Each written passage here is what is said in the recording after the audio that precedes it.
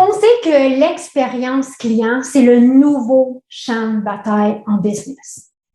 C'est pas ce qu'on vend, c'est pas le conseil qu'on offre, c'est pas le comment on va le faire, c'est comment les gens, les clients se sentent quand ils sont en affaires avec nous. Donc, on m'appelle souvent pour aller faire des conférences ou d'aller parler sur l'expérience client.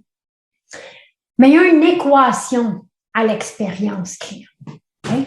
L'expérience client, c'est le résultat. Donc, l'expérience client, c'est le résultat de quoi? Premièrement, c'est le résultat de la culture d'équipe qu'on crée au sein de notre équipe. Nos premiers clients, c'est notre équipe. Donc, l'expérience client, c'est toujours le reflet de la culture d'équipe qu'on a. Donc, je me rappelle il y a quelques années, il y a un entrepreneur qui me disait son adjointe est comme très efficace, mais un petit peu trop parce que, justement, elle bouscule un petit peu les clients. J'ai posé la question, j'ai dit, puis toi, avec elle, est-ce que tu bouscules un peu? La manière que nous, on traite, qu'on soutient nos équipes, c'est exactement la même chose qu'ils vont aller faire avec les clients. C'est vraiment un effet de répercussion. Maintenant, la culture d'équipe, c'est le reflet de quoi? C'est le reflet de notre leadership.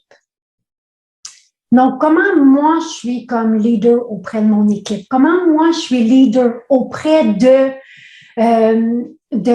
gens que j'ai la responsabilité de? Comment je me positionne comme leader? Est-ce que je suis quelqu'un qui est plus dictatorial? Est-ce que je suis quelqu'un qui est non, au contraire, il faut qu'il y ait de l'harmonie et tout le monde doit absolument s'entendre? Est-ce que je prends ma place? Est-ce que je laisse la place aux autres? Comment je me positionne comme équipe? C'est ça qui va donner le ton à la culture de l'équipe. Maintenant, notre leadership, c'est le résultat de ce qu'on appelle notre self-leadership. Mon leadership interne. C'est quoi ça? C'est mes patterns, mes croyances, mes limitations, les histoires que je me raconte. Donc, on veut souvent parler d'expérience client, mais si on veut vraiment travailler à la racine des choses, il faut aller à la racine des choses. Comment je suis mon leadership de moi envers moi? Est-ce que je suis capable de garder les promesses que moi, je me fais, qui fait que je vais garder les promesses que je fais à mon équipe, qui va faire que les promesses qu'on fait à nos clients, on va les garder?